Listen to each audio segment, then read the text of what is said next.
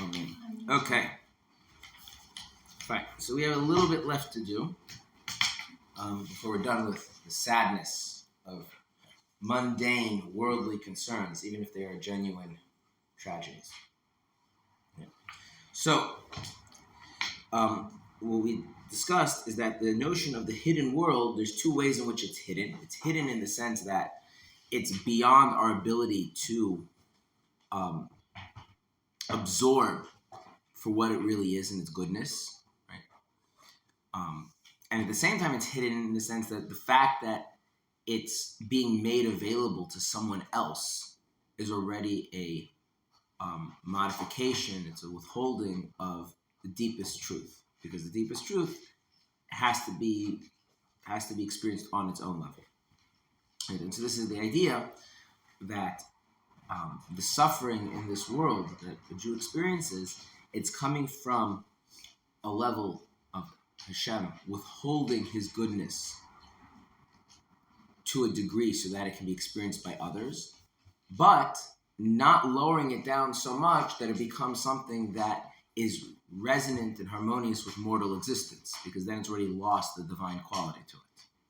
And if a person really values their relationship with Hashem over and above their mortal existence, as the verse says, that your kindness, your reaching out to me is greater than the experience of living in this world, then even though it's painful, they will able to accept it with love, or in other words, that the sense that life is still worth living, the despondency, the despair, the sadness associated with the pain will go away.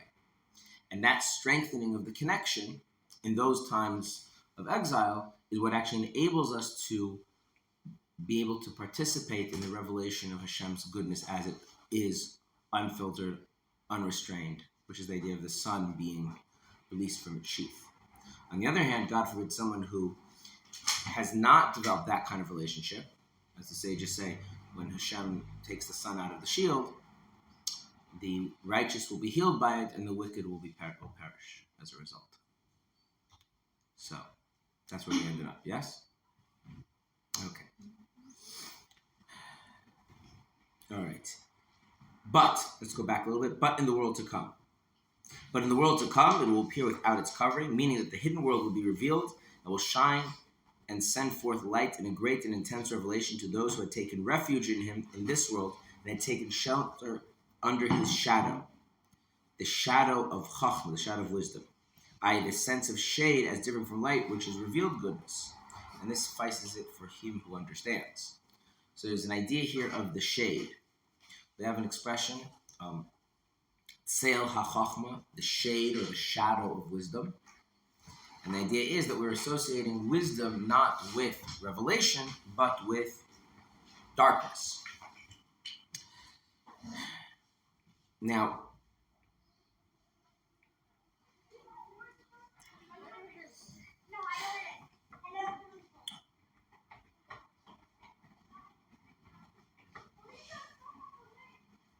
what I would like to do is explain a little bit about this idea about wisdom being associated with shade rather than revealed goodness.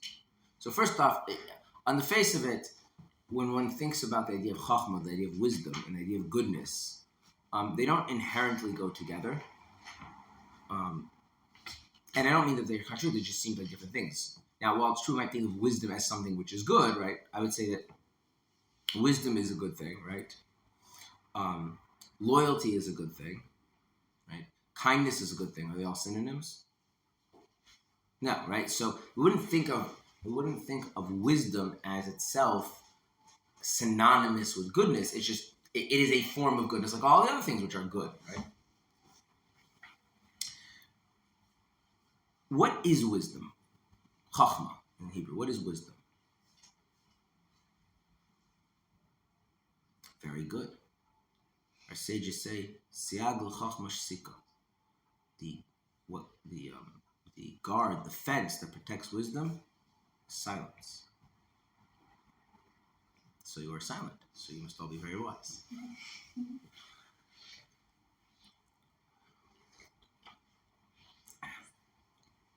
So the first thing to know is that we actually compare wisdom to light. So what I want to do is move away from the question of goodness and think about light. Why would we compare wisdom to light? Well, light functionally is what enables you to see.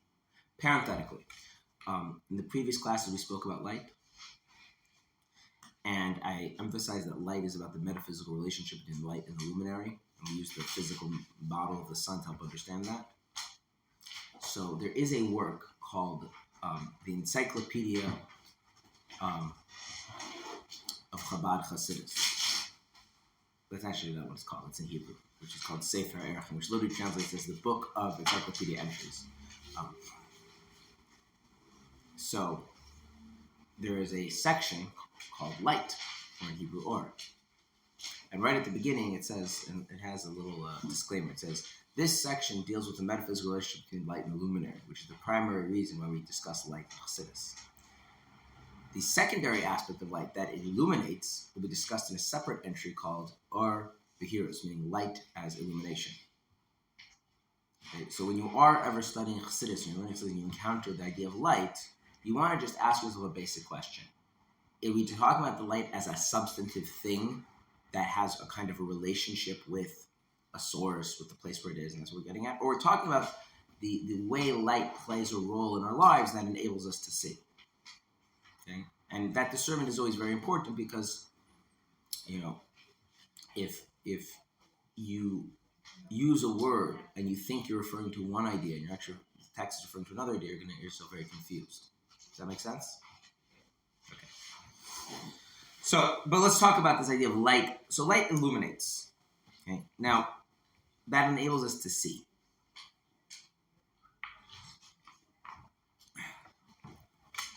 Seeing is a very weird thing. Often, by the many things in life that are common and regular are weird, we just don't stop to think about them because we're too busy living, our lives. I want you to imagine the following. You are standing somewhere inside, and you can tell, without going outside, that it's hot outside. Is there a window? There's a window. Now, how can you tell that there's hot outside? You see the sunshine. Okay, but it could be a cold winter day. You know how here it is. Okay, that's how you can tell. That's your understanding. I'm not talking about that. Something much more visceral. Dry, like earth. You can see other people in front. Okay. If it's really, really hot. What? Right. So if it's really hot, right, and let's say there's a street outside, right? If it's really hot and there's a street outside, right, and there's black asphalt and it absorbs the heat, so that ends up heating up the air, right? That's right above it, and so the currents of the hot air rising causes the air to have different densities and causes the light as it's passing through to shimmer, right? Now you may not know all of that stuff, but you can tell pretty quickly that it's hot. Now, God forbid there's a blind person. And you were to tell the blind person, I know, being in this air-conditioned room, I know that outside it is hot. Not because someone told me, not through logical inference. I can just sense it. You see how that's weird? Like, you're not there. You're not interacting with it. What? It sounds like prophecy, right? Right? It's like... It's context clues. No, it's not context clues. The reason I'm saying is, how does a blind person know about anything, God forbid? A person's been blind from birth. Other senses. Very good. What are those other senses? Let's think about it. Smell, taste. Okay, smell and taste, right? So let's start with touch. Touch means you actually have to go and interact with the thing, right? Okay, sound. Well, sound means something has to happen. You can't actually hear states of being. You hear interactions, right? Something has to hit something, something has to fall, something has to scrape against something, right? So if something is a certain way, you can't hear it. There has to be something happening, right? Okay. Well, to taste something, you'd actually have to, again, be in physical contact with it. Okay. Smell. What? Smell. Smell. Yeah. And what are you smelling? You're smelling here. Right? Think about this. When's the last time you smelled something? Like, think about the last time you like actually said something smells. Not in a bad way. Okay. Without knowing what it is first. Does that ever happen? Okay, and then you're like, what is that? Why do you have to do the what is that? Because the smell is an experience you're having here, and there's a sense there's something causing it. Okay. But now I look outside and like there's a wall there. It's not doing anything. It's not interacting with me. I'm not near it. Okay? And I'm aware of it as it is. And I can be aware of things as subtle as, not in every situation, but even as subtle as heat. Not always. Why am I using the heat example? I once read an interview with someone who's blind from birth, and they said one of the weirdest things to him. He said the whole idea that like oranges are orange and like the sky is blue and the water is blue, that just doesn't make sense to me. He doesn't know what that means because he's never seen color. But the idea that you can be inside and look out and you can actually see that that's hot, to him, what does that sound like? Like prophecy. Okay. In other words, what does light do? It gives you, it presents things to you the way they are without them having to do anything, without you having to do anything. You don't even have to be in proximity to it. Right? You can be far away. Does that make sense? Okay, good. Now, when should you go to a wise person? You need advice? When you need advice. That sounds like a reasonable thing to do, yeah? Mm-hmm.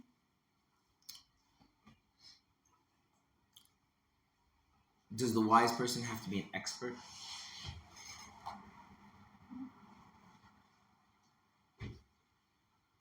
This is somebody you trust. Okay, let's leave the trusting part out of it. Let's assume that everybody's going to do things in your best interest, because that's a separate issue. You have an expert and you have a wise person. What would be an example of a good thing to do?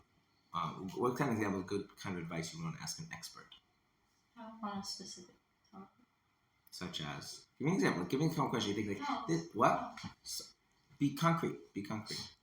If I'm not feeling well, my arm like hurts, I can't move it, I'm going to an expert. What's going on with my arm? Okay. What's an example of something you'd ask a wise person? About What's working the out. meaning of blood? What? About working out.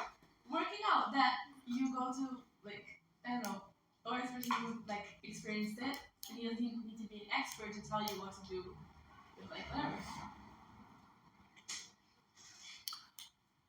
How would you define the difference in those two types of questions? In other words, if we want to now take your two examples and generalize them, like what is different about the two things? So my arm hurts, You need so I'm going to go to an expert. You need to know, and you need to have some sort of education and knowledge to be able to specifically say what's going on. There's only like probably a few solutions. If you go to like someone wise, they could have experienced it. They could give you like what they have done. Okay, so what about a wise person who hasn't experienced the thing that you want to ask about? Then you shouldn't go to them for advice? Maybe they heard from other people. They experienced it like from others that they saw how it was. So the wise person is only able to give advice for things they've already experienced. How is that really different than someone giving you an answer because they've learned the piece of information? Because they haven't experienced it, maybe they only learned it like theoretically, not practically. Okay. So if you're asking for theoretical things, then you go to an expert. And if you're asking for like practical things, you go to a wise person. Not necessarily. So I'm asking. So see, it's actually an interesting question, right? Like when would you go to expert? I want to pose to you the following: if you have the right question, and you just don't know the information that provides the answer, either because of lack of having been exposed to it, or because you're not smart enough to understand it, one of the two, it doesn't really matter, or both, then you should go to an expert. Okay? So if I, for instance, if I were to write up on the math board a multivariable calculus equation, right? I would ask you some question about it, right? What's the derivative or whatever. So then, that's something that the question is very clear, and either you know the answer, or you have the intelligence to write, or you don't, right? Okay. What if you don't know what the right question actually is? You have a problem. You don't actually know what the right question is. In fact, maybe you even have the wrong question. So now you're going to have a problem. You're going to go to the expert, and the expert will answer your question. But that won't help you. Why? Because it's not really the right question. Or you ask, or you get to the expert and you start as they say in your dang cup, you just start babbling and going around and around the issue. The expert doesn't even know what to answer you because they don't know what your problem is either. Does that make sense? Okay. The experience of going to a wise person for advice, and I'm gonna overly dramatize it, is that when you go to a wise person for advice, you get a sense that for them the lights are on, and they see things that you didn't see, and things that are complicated to them, they see how they're simple. Things that are contradictory, they see how they're actually harmonious, right? Things that are convoluted to them are straightforward. And even if they've never seen it before, right? But now that you're presenting the issue, okay? So you could even have, say, math, right? You could go to an expert, right? But then you could present the expert with with a math puzzle that no one has ever solved before, and it's not even clear how you go about solving it. You go to all these experts, right? But then there's somebody who he sees it differently, and then he sees, oh, well, even if you just approach it this way, then it's actually not such a big deal, and the problem gets resolved, right?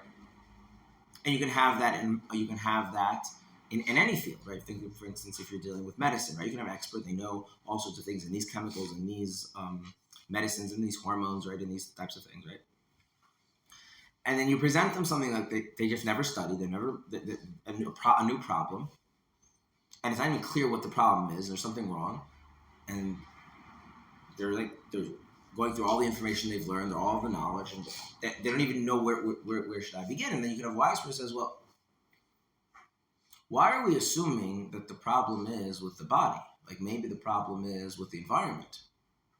And then you check the environment and oh, that's kind of a simple environmental issue, and we solve that, right? There's that way of seeing things in a way that's closer to the truth, and then things which are difficult and problematic and convoluted and unclear gain a certain clarity. Now you see how that's a parallel to being in a dark room versus having the lights on? If I ask you where the door is, you just point to the door, right? If you were in a room that was pitch black and we spun you around a few times and asked you where the door was, you might be able to find it, but how would you find it? By touching around, right? And might you make some mistakes along the way? And if you were pretty desperate to find the door and there was something that was enough door-like, you might be settled that is the door and then be frustrated because you keep trying to open it and it won't open because it's not actually a door, but it has all the evidence for a door, so you're convinced it must be a door. And then you're like, why doesn't this work, right? And there's another person who left for them, the lights are on, because it's not the door. That's why. That's the door. Does this make sense? Okay. So when we speak about Chachma is that thing that illuminates the world. It gives a person a sense of the truth of the way things actually are. And there's levels of this. Okay? And so you can have people who are incredibly smart and they're not wise at all. And by the way, can you have the reverse? Can you have wise people that are not smart? Yeah, you can have wise people that are not smart. How can you have a wise person who's not smart, you're asking, yeah? Yeah. So, if you were to take, so this is an idea I think that we were touching on earlier. There are different kinds of wisdom. One kind of wisdom is that's gained from experience. And it's not that you know things because you've experienced them, it's that by experiencing it opens you up to wisdom. But that doesn't necessarily mean your ability to manipulate words and language, your ability to like do math, your ability to handle abstractions and complications is any better. So you take that person, you give them some sort of dense text to read and ask them to analyze it and summarize it. But that's a totally different aspect of the mind. But you present them with an issue in life, and when they never had that issue before, they can like this. I don't really think that's your problem. I think your problem is something else. And they're often right about this. This is often why sometimes people who are not the most knowledgeable and literate and well-educated, but have tried to live a real life in their older age are actually fountains of wisdom, but they're not necessarily somebody who has the brilliance, intelligence to do something. Those are somewhat independent, which is why in Kabbalah and Chassidus we differentiate two faculties, Chachma and Bina. Why do we differentiate them? Because to a large degree they're independent. Okay? Now, obviously, if you have both, it makes things super powerful, right? Does this make sense? Is it kind of like street smart versus book smart? No. Because you can have it in completely abstract things as well. Right? The fact that somebody can look at an abstract mathematical issue or physics problem or philosophy problem and realize that people have been dealing with this issue and struggling and going around in circles for years and not making any progress is because there's something that they're fundamentally missing, and they see that. So they're wise within the realm within that realm, right? And conversely, you could have a person who's like very, very good at doing business, but they've kind of learned through life. If they get this does this works out, they have the whole system worked out. But then outside of that framework, they don't have not insightful. They don't see things in a new way. They're not visionary. They're not. It's not necessarily because not everything operates on the same dimension. There's what level you live your life on. So people live their lives on more abstract levels. When it comes to the more concrete parts of the world, they bump into stuff all the time. And people who live their life in the concrete world, when they come to the abstract part of the world, they're kind of clueless. And then there's the ability to deal with sort everything and categorize everything and use your language in the right way and all that kinds of stuff. And that's one aspect. And then there's the ability are the lights on for you? Do you see what's really happening here in a way that most other people don't? And those are just independent things. They're not all. You're not gonna get people that are necessarily, because they have wisdom, they're gonna have Interpersonal skills. Right. That doesn't. They might be able to see it. That's an entirely different thing. Whether they've cultivated that in themselves, right? And so that depends on a bunch of other factors. How integrated the person is, right? The fact that you have something doesn't make it. We actually have a principle, ein chovesh mater es atzmai, which means an imprisoned person can't free themselves. The hardest person for a wise person to give advice to and see what the real problem is themselves. Right? So it's not like we want to just take everything and just collapse it down. But the point I want to get at is that this idea is that wisdom is really associated with illumination, with light. Okay, now,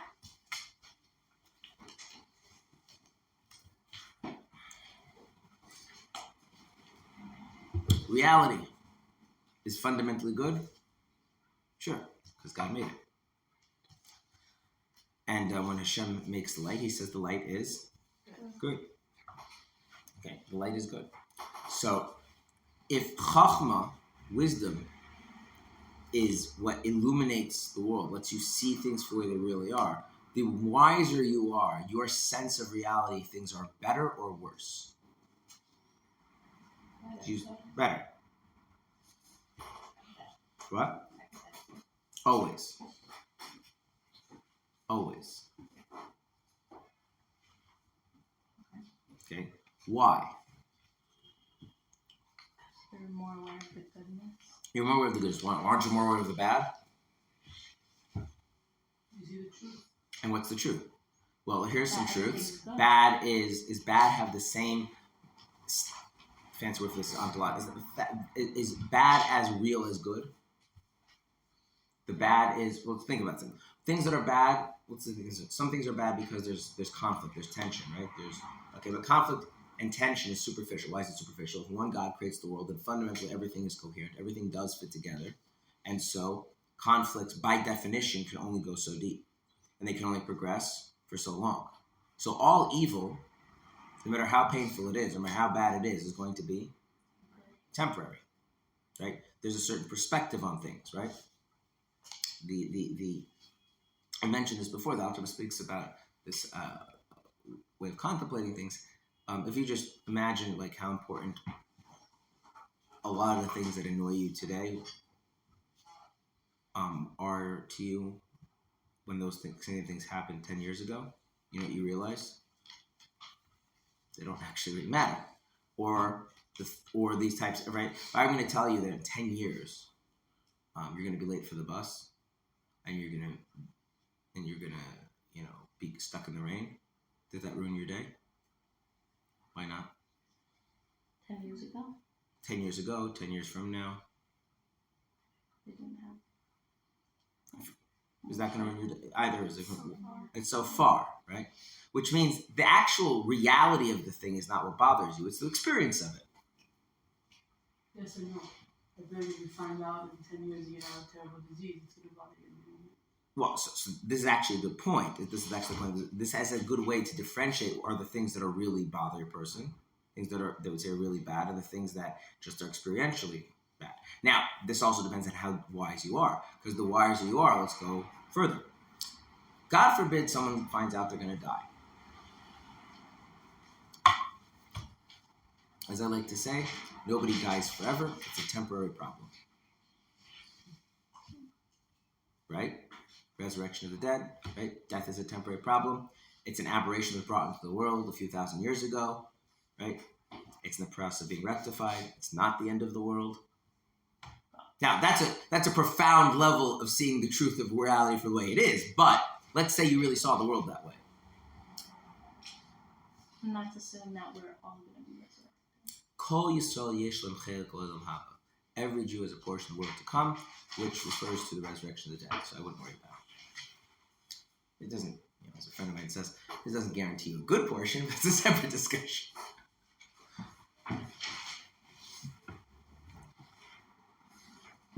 I mean, this happens all the time, right? Because when you see someone who is less wise than you getting upset about stuff, you kind of look at it as kind of silly, right? Does that make sense? And that's because you kind of have a sense that, like, there's reality is broader than that and deeper than that, and on the broader and deeper level, like that evil is kind of superficial, that negativity is really superficial, and doesn't compromise that deeper goodness. Now, on your level, there is a negative that would compromise that. Okay, so the wiser a person is, the more chachma there is, the more light there is, the more good there is. Right? I'm not saying it's like a switch, like you just now you're a wise person, now everything is wonderful. But I'm saying if you move in that direction, then what happens? Things should get better and better and better. Okay. Now we have a problem because why do we have an expression in Sel HaChachma, the shade of wisdom? Wisdom should not be compared to shade; it should be compared to revealing light. Does that make sense? Okay. So now go back in the sentence. Let's go back and read this again. At least we'll appreciate the problem. But in the world to come, it will appear out of its covering, meaning that the hidden world will be revealed and will shine and send forth light in a great and intense revelation to those who take refuge in him in this world, have taken shelter under his shadow, meaning the shadow of Chachma, in the sense of shade as different from light and revealed goodness. Why would we associate wisdom with the shade of wisdom? So I'm going to use a physical analogy to start. Most people like going outside on a nice sunny day, yes? When we're outside on a nice sunny day and you're there for an extended period of time, it actually becomes uncomfortable because the sun beats down on you and it's quite unpleasant, right? It's hot. But if there's a tree there, right, and you're sitting under the shade of the tree, right, It doesn't bother you. So what is the shade of the tree doing? It's protecting you. From what? From the sunlight, right? So I have a question. Then why don't you just go inside? If you don't want to be in the sunlight, go inside. I want to be outside. So you do want the sunlight. Yeah, but not unlimited. You want you want to benefit from the sunlight, right? But you don't want it beating down directly on you because you can't handle that. Yes? Okay. Let me ask you a question.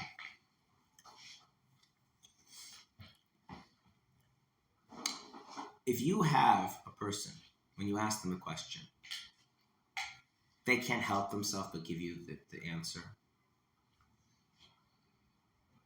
even though that answer may be a bit much for you, maybe not something you can handle, are they wiser or less wise than the person if you ask that question to? They don't give you the answer because they realize that you can't handle it.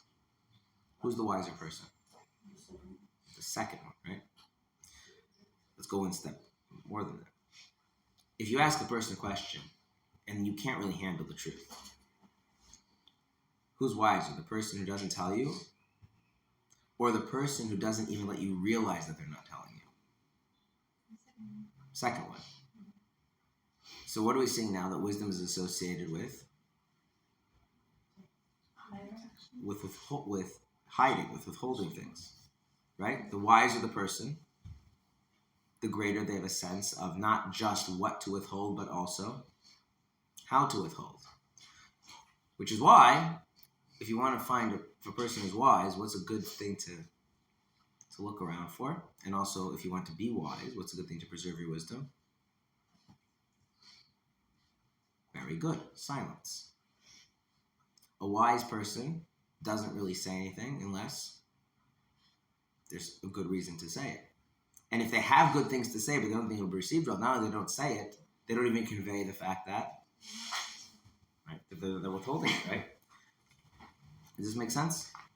Okay.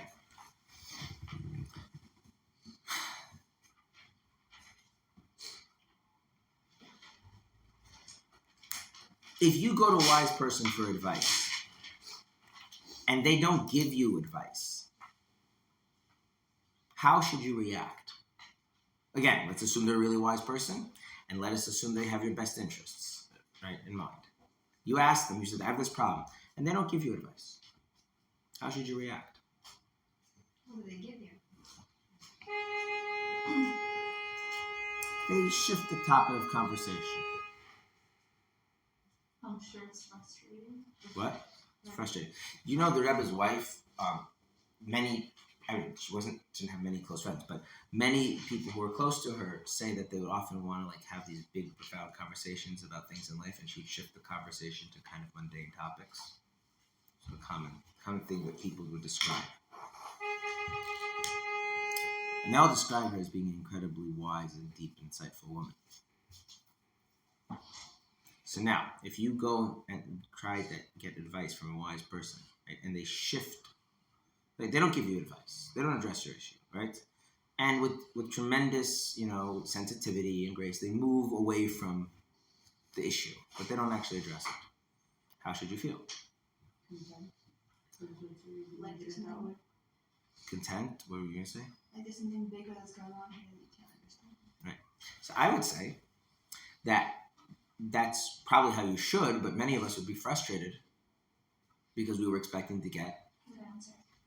And what we fail to realize is that the not getting the answer is itself a kind of an answer, right? The fact that they're not telling me something is they're indicating that what I'm looking for or the way I'm looking for it is distracting or is misleading. And I can't necessarily be told that directly, and so I have to be subtly moved into something which is more appropriate for myself. But in order to appreciate that, I have to have a little more maturity, right? So is wisdom revealing or is wisdom hiding? Or both? Both. So you're outside because you want to benefit from the sunlight, but you can't have the sunlight beating directly on you. So where are you? In the shade. You came to the wise person to benefit from their wisdom, and what are you getting? you're getting them withholding what they know, which is itself a form of wisdom. And when you can appreciate that, that makes you a deeper person capable of handling greater things. And that's the idea of, right? Hashem isn't showing me something, right? Is that Hashem, when Hashem is not showing me the goodness in the world, it's not open and revealed goodness, right? What is that? Is that a lack of wisdom, or is that like what we call the shade of wisdom, the tzel hachachma? Yeah. Okay, and by the way, this can be even an internal thing. When you are learning something and you realize that you don't understand it, like you really realize you don't understand it, you could be frustrated, right? You could also be what? Determined. What? Determined. Humbled. You just learned something very profound, that there are things that are genuinely beyond where your mind is operating at this point in your life, right? And is that not, in a certain sense, a tremendous gain of knowledge? Right? I like to use this illustration. Little children do not think that they know very much. What's the proof that little children don't think they know very much? They ask a lot of questions, right? Teenagers? They think they know everything. Evidence? They don't know. In fact, they're busy trying to share their opinion about everything with everybody, right? Make sense? So who is wiser, the child or the teenager? And it depends what you mean. There's a way in which the teenager is for sure wiser. In other words, they have, right? There's certain things you would never ask a 3-year-old or 4-year-old for their opinion about, because like they're foolish little idiots. That's the truth.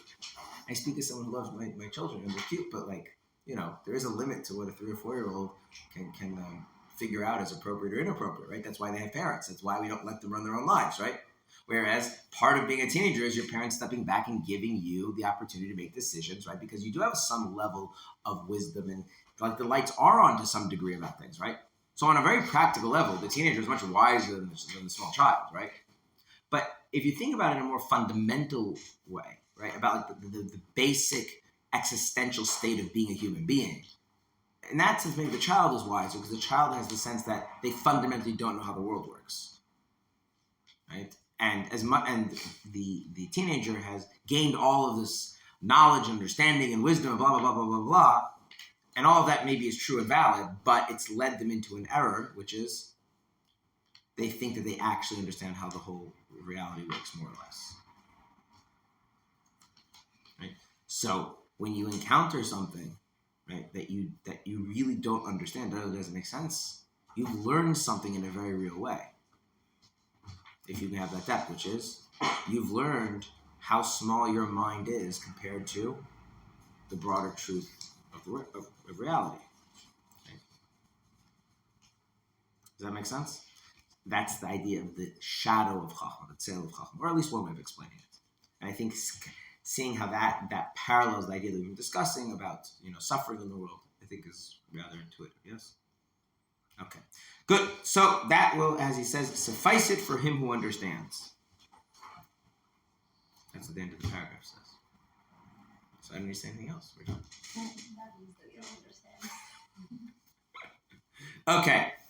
Fine. So what we've done is we've dealt with the sadness, the despair, the despondency that comes from encountering genuine tragedy, suffering, loss in this world, right? And again, I want to just go back to, this is contrasting with stuff that, you know, we know that doesn't really matter, we should just get over it, right? Then that's just a basic maturity issue.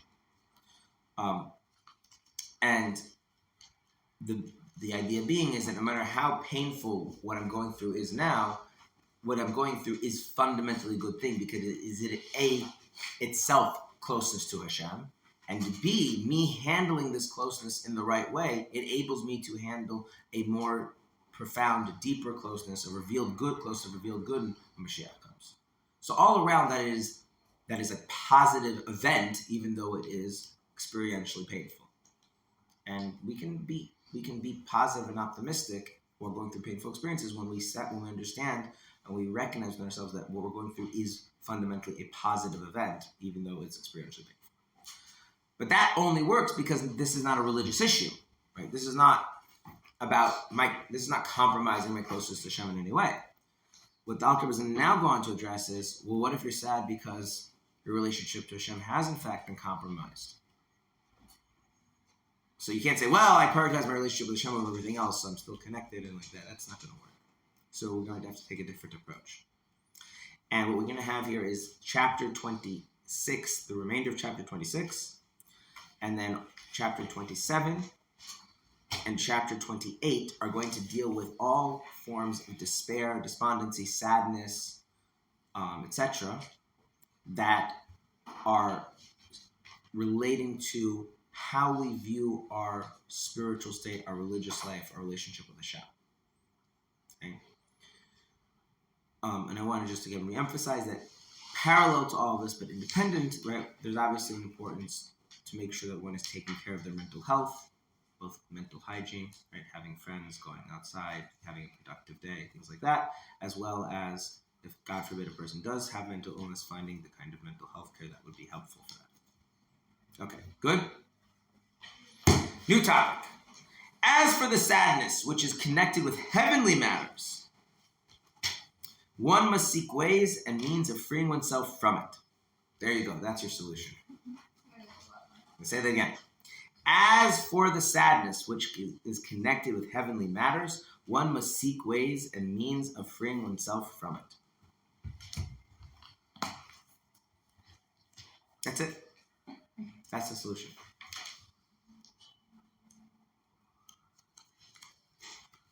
What are the ways of being? Like it's a What is that, yeah? prison? What? Like it's a prison you need to be free from? Well, let's say you're sad because, let's see, what's a good sin we can use? We need a sin that's like bad enough that you feel bad that you did it, but not so bad that it's like ridiculous. Being betrayed. You were going out with friends to a restaurant that you like, that used to have a good hechsher, good supervision, right? And when you're there with your friends, someone points out that they think they changed the hechsher, and then you go and you look and you see that the kosher supervision level is not up to your standards, and you're like, you're already there with your friends, you eat it anyway, and then you come back and someone points out that that particular restaurant lost their hechsher because they were caught serving trade food, and the other hechsher that put it on is one of these, like, you know, pay for a certificate will never show up kind of hechshers. How would you feel at that point? That's something you could imagine. I'm not saying you would do it, but just imagine, like, yeah, that's the kind of thing a person. With men, there's easier examples. Just like, you know, you did bother to wake up for Shema in the morning or something, but because you got all these time boundaries. You have to do this, you have to do this now, but okay. But you get the point. So now you feel bad. So what are you supposed to do? And you feel sad, and you feel like, oh, I did something wrong. I separated myself from God, and I ate not kosher food, and it's inside, all blah, blah, blah. Yeah, and what does that do to your enthusiasm towards life? And your willingness to wanting to, like, really put yourself into serving Hashem and overcome your evil inclination, all that fun stuff that we talk about. It puts a damper on it, right? What's the opposite of a solution? That's not what he says. In fact, he emphatically says the solution is no tshuva. This is going to be important. His solution is going to be no tshuva. What's the first thing he said? One must seek ways and means of freeing oneself from it. And that can't mean tshuva. No, we're going to learn that emphatically means no tshuva, actually. We're going to talk about why. But let me just understand the idea first. There's a general idea. Okay? Let us say, yes. Where does it say that it's connected to sin? Oh, that because I happen to know the rest of the chapter. Because he starts with heavenly matters, says you have to free from it. And then,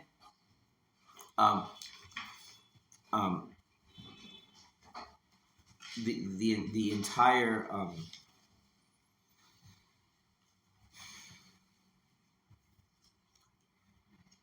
the entire discussion here is going to center around things that are going to have to do with sin, and that's made even clearer when we charts chapter 27, because Saint says, should the sadness over not come from worry over sins? So you'll see the whole thing, it's sin related.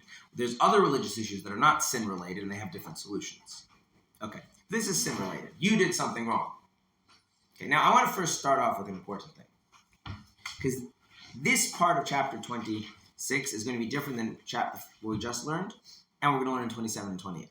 What we learned up till now in 26, and about worldly things, and what we're going to learn in 27 and 28 is there's no reason to be sad. There's no reason to feel despair. There's no reason to feel despondent. There's no reason to feel forlorn, because as bad as it seems, it's actually not a bad thing, right? There's a difference between what's really going on and how you're experiencing it right now, right? That was kind of the main point we spoke about with the worldly things. And we're going to see, even when it comes to spiritual religious matters, there are many things that may feel bad and feel like failure and feel pointless and feel hopeless, but they are in fact not negative things. They're in fact good things. And we'll deal with that when we get to 27. And then we'll talk about 28 as well. In other words, the basic idea is that you are sad because you are misinterpreting reality. Because remember, our feelings arise from not what happens, and not even from how we experience it, but from how we frame and interpret those experiences. Good? So if you misinterpreted it and framed those experiences incorrectly, then you're going to feel not in the appropriate manner. That was the basic idea, right? What's the one thing that really is, sad and, depressing and miserable, because it really is a bad thing? Separating yourself from God, sinning. That really is a bad thing. The Alter doesn't say, oh, I know you're sad, but you have to realize your sadness is based on a misapprehension of what's really going on. If you had a deeper insight to the truth of the matter, you wouldn't feel sad. Actually, the opposite is true. The deeper you had a sense of what went on, the worse you would feel. So he doesn't say the solution is to reframe the issue. What does he say the solution is? Find ways and means of not being sad. What does that mean? What does that mean? What? No, just move on from the sadness. Right. That's so simple, right? Just like... That's what we said in the other...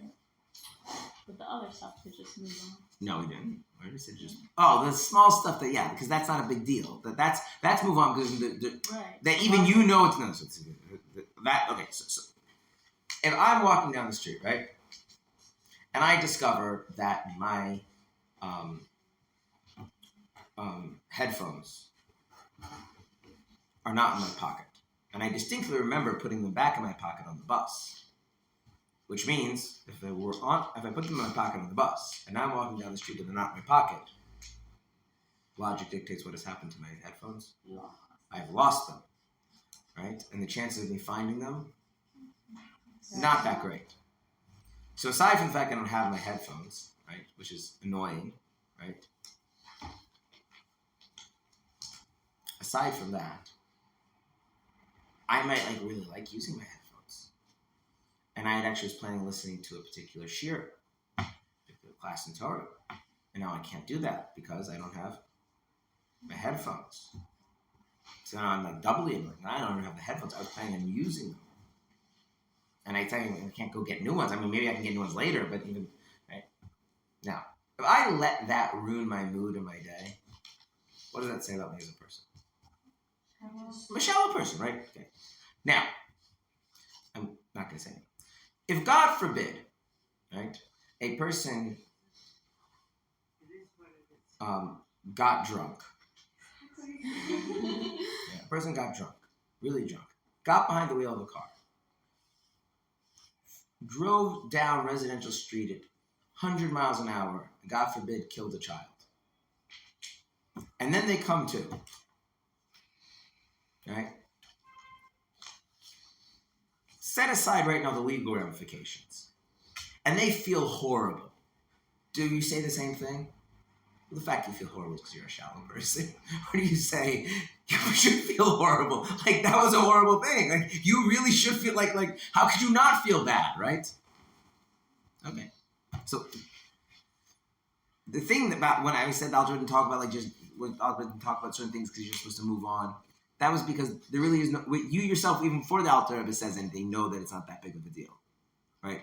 God forbid a person is sick with a serious illness, their marriage is falling apart, they have a sick child, they can't found a shidduch. Like those are the kinds of things the Alter ever has to tell you that even though they seem really bad, that's just the way you're experiencing them. Okay, but sin really is bad. It really, really, really is bad. There's no way around it, right? Earlier we called it, and that's what he says is the source of true sadness, right? So that doesn't say like you're not supposed to feel sad. It's not a sad worthy event. No, it's a sad worthy thing, but just don't feel sad right now. Just stop. Find ways and means of not feeling sad. Okay. Now, let me give you an example of what that would mean. Okay? I'm going to give you what I think is a relatable example for the idea, even though it is not an easy example, because I think it strikes at the heart of the issue. Let us say you have a couple, and the couple is dealing with some very serious issue. I don't know, they're in financial difficulty, there's some sort of real conflict in their marriage. Now, and I don't mean to say like they're considering a divorce, but like there's some real tension and struggle that they're dealing with in life, which happens to people, right? Okay? And it's also their child's bar mitzvah. You see an issue here, right? What's the issue? That's right. Now, what would we hope for? I'm not saying it's easy. What would we hope for? That the parents would pretend?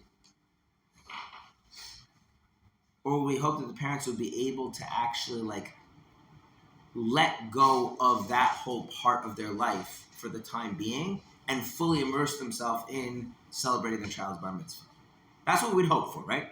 And that's what a healthy parent will strive to do, right? And like anything in life, you can be better at it, you can be worse at it, right?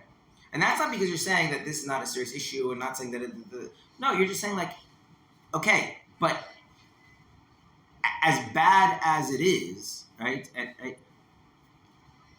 I have to live my life and I have to be involved in this thing, and that requires me being present and me being joyous and me being celebrating, right? And you can't fake those things. People pick up on it. Whether they're consciously picking up on it or unconsciously, they pick up on it, right? Right? Now let's go down a notch, right? You had a stressful day at work, right? How are you going to put your children to bed at night? It's the same issue, right? Because one of the things that we aspire to as functional adults is relegating our emotions to the situations where they're appropriate, which is not the same thing as getting over it completely.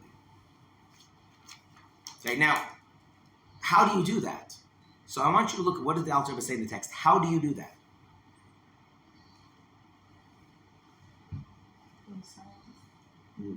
Silent? Where would you say it's silent? How do you free yourself of sadness?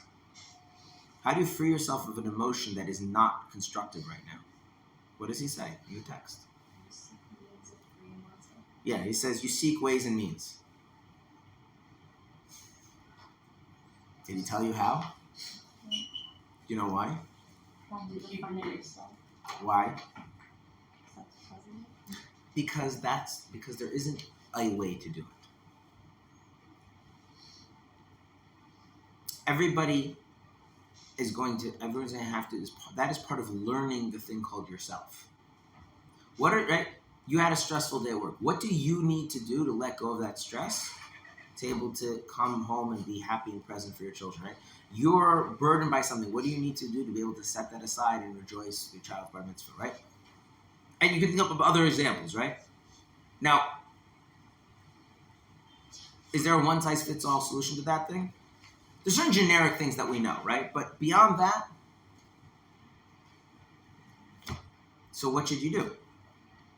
You should do the things that work for who? And is there any point in writing in a book the things that work for you if they're going to work for you and not work for somebody else? There's nothing generic about it. Okay? Now, what are some things that some people might use, right? That would go into these kinds of categories, and and anything's on the table, right? What would be examples of certain things? Going on a walk, right? Okay. What else? Expressing yourself through art or Expressing yourself out, writing. What? Speaking to someone. What else? Listening to music. Singing music. Singing, which is different, right? Okay. This sets you apart, but then you go back. Right. Now, some of these things are not available in all situations, right? Okay. There are other things, such as the breathing exercises a person can do, right? Right. You can even have, and this one should be careful with this, because this is true about many things. Many things that can be very adaptive for a person can become maladaptive. That means you figure out this is a good way to get by, but then you keep doing it even when it doesn't help you. So, how about treating yourself a little bit? You have a rough day, and you get yourself iced coffee on the way home. Right? Now, you can immediately see that could end up not going in a good direction if you, right?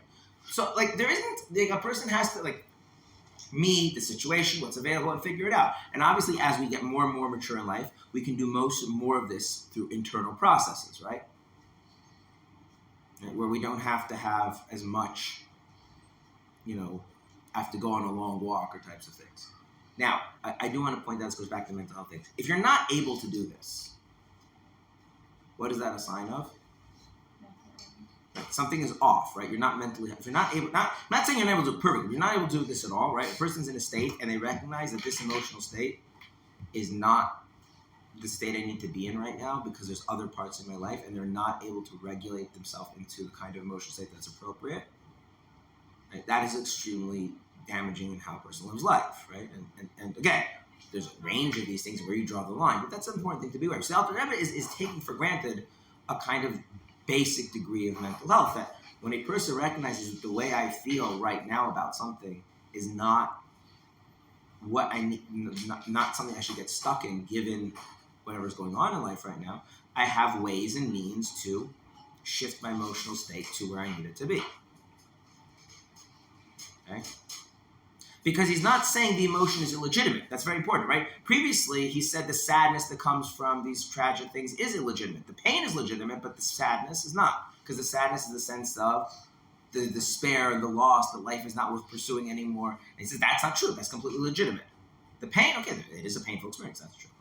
But here, the sadness, right? There is a loss. A genuine loss occurred. A person, whatever it was, that whatever is the negative effect of having sinned is a real loss. And so to say I'm sad over that loss is not illegitimate. But because sadness contradicts simcha, we need to be joyous. So therefore, a person needs to regulate themselves out of the sadness and into the joy. And how you do that is a process that's somewhat individual, but also something that people have to develop. And it's part of the process of going from literal infancy into adulthood, hopefully. Yeah. You're the one who did the sin, who caused, which now you're sad about. Mm-hmm. So how do you... That makes it worse, by the way. Yeah, how do you not slip into, feeling guilty and, upset at yourself and blaming yourself? Does he exist? Here, so I'm going to point something else slightly different, okay? Now, this is a common problem that parents have. Have you ever been in the grocery store and there's a kid acting out and the parent gets upset at the kid? You ever seen that? Right. Did the thought ever cross your mind, I'm never going to be that kind of parent? Okay. Most people, when their kids have that thought.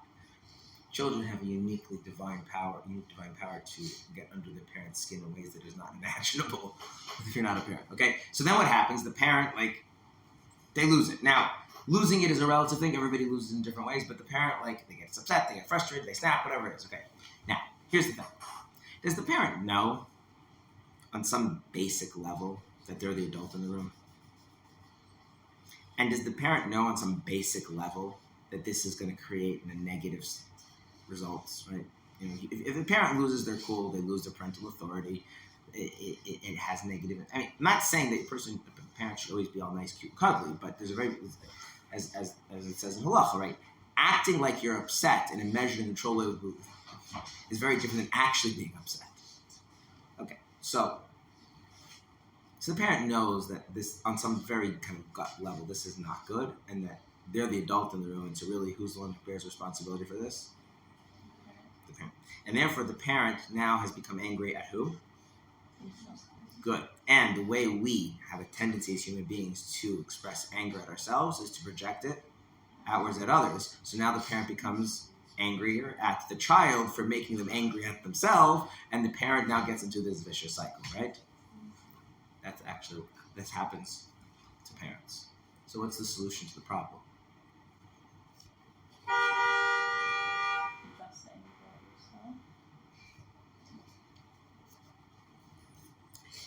I would say one of the basic things is you have to regulate yourself out of the anger, because when you're angry, then what happens? You're upset at yourself for being angry, and then you're upset at yourself for being, it makes you angrier. So it's like it becomes a cycle, right? And then it's like this internal loop that gets shut out, project out the child in the back, and so at some point you just have to get yourself out of the being angry, as an emotional state. So you can just start with that instead of waiting until it gets to the extreme, right? So the way to do that is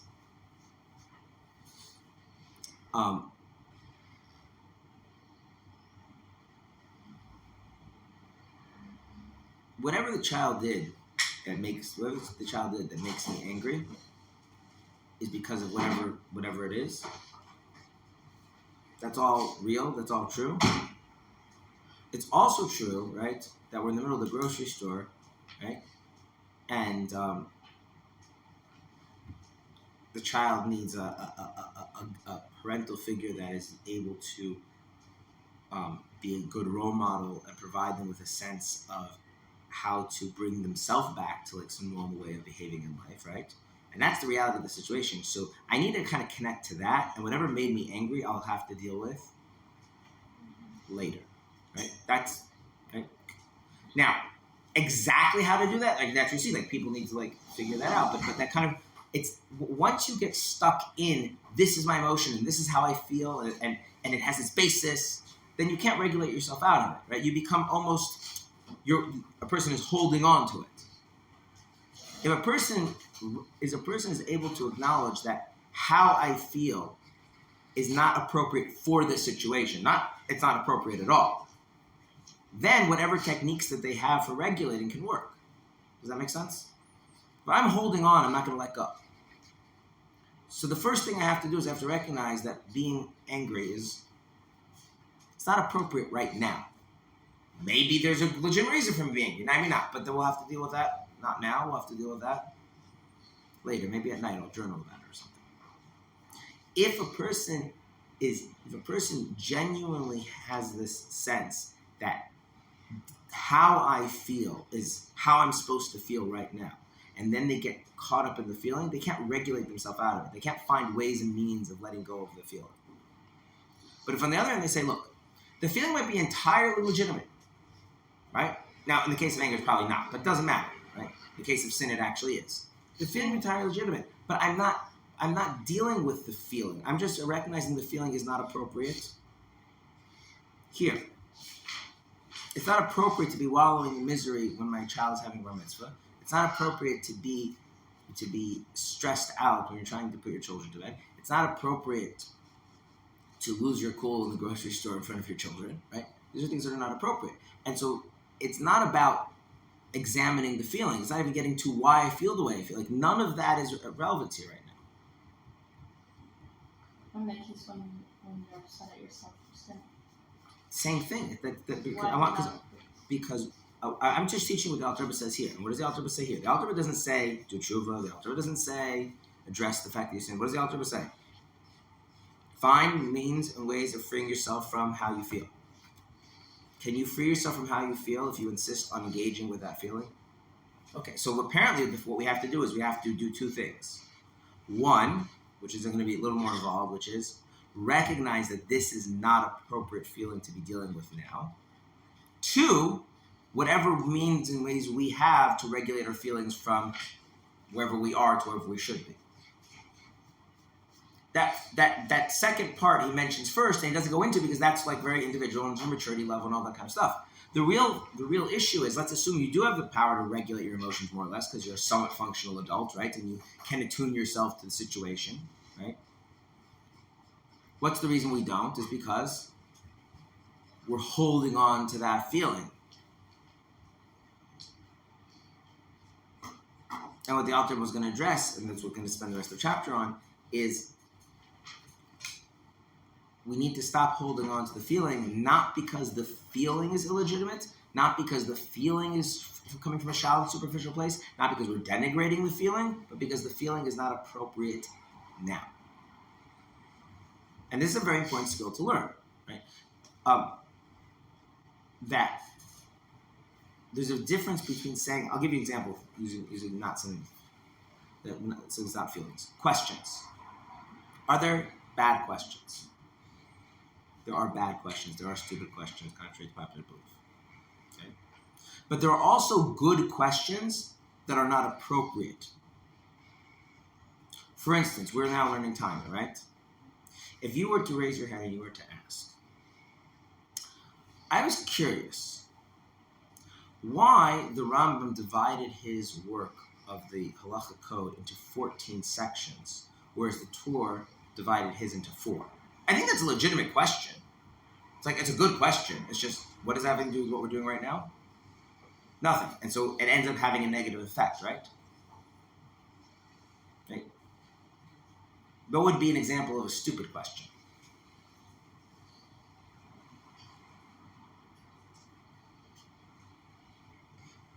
How many corners are there in a circle is a stupid question. Why is it a stupid question? It's a particular kind of stupid question. It's a question of asking something about something when you don't know the basic meaning of the word that you're even using, right? A kindergarten, like your basic encounter with the word circle as a kindergartner is something without corners, right? You may not be able to calculate the area of a circle in kindergarten. You may not be able to calculate the circumference, right? You may not appreciate the notion of how a circle actually relates to imaginary numbers. There's lots of stuff about circles you don't know in kindergarten, right? But when you first encounter the word circle, you recognize it as a shape without corners.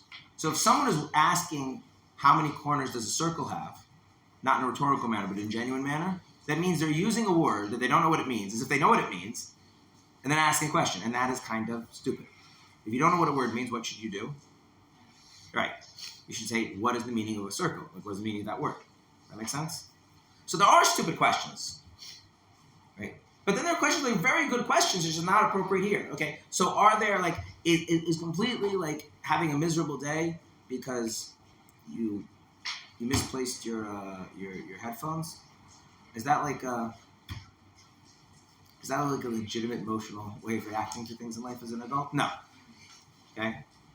I mean, it happens, and we have to be able to deal with it, but like we recognize like that's not really how a person should. A person should realize like, okay, it's annoying, get over it, move on.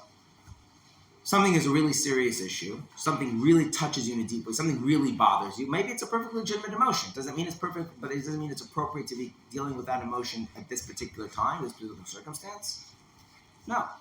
And so I have to first recognize that this is not the appropriate time, and then use whatever ways and means I have to move my emotional state from what I am experiencing to what is appropriate. Does that make sense?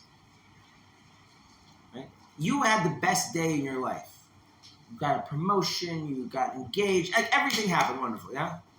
And you come home to your roommate, and your roommate tells you that, God forbid, I don't know, her mother just died.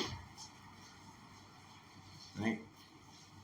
Are you supposed to like not feel good about all the wonderful stuff that happened to you today?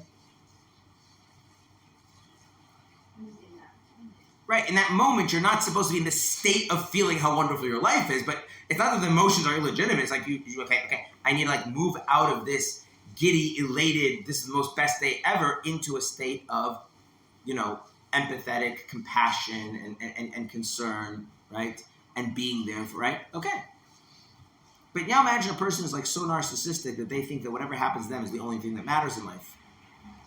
they wouldn't be able to do that because they think, what do you mean? I'm happy about my thing. Like, why should I ruin my wonderful day because of what happened to that person? Like, even if they could regulate their emotions, they wouldn't. So the Alter Rebbe is going to spend not a lot of time telling you how to get out of the state of sadness. In fact, basically tells you no time. Because he kind of figures, okay, everybody knows how to get out of sadness when they realize that they need to and engage with whatever they need to engage with, to the degree to which we're mature functioning adults. The problem is we don't do that because we think we're really supposed to feel miserable and sad about sin. And so he's going to spend time discussing is not how to stop being sad, but why, even though the sadness is perfectly legitimate, we shouldn't be feeling it now.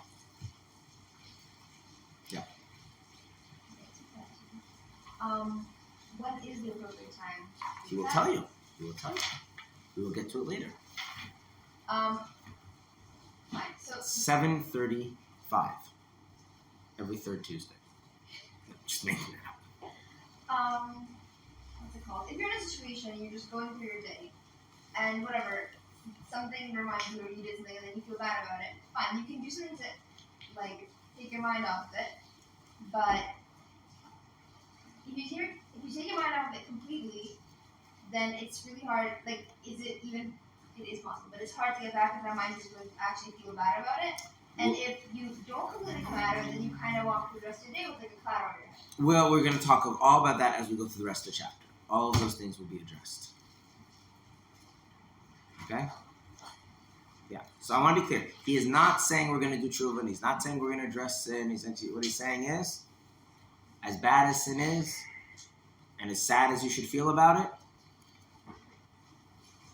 for reasons that we're going to learn not right now, and therefore use whatever ways you know how for yourself to move yourself from a more despondent state to a more optimistic and energetic state. Because now you know you're not supposed to be in that state. Yeah.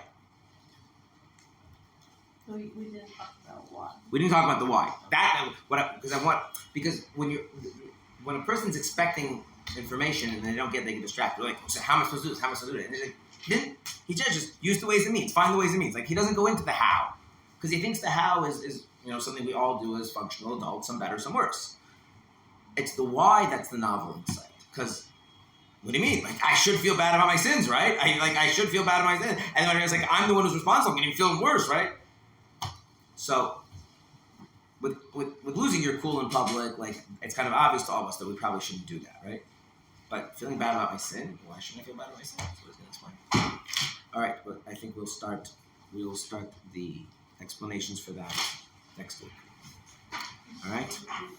Any other questions on this?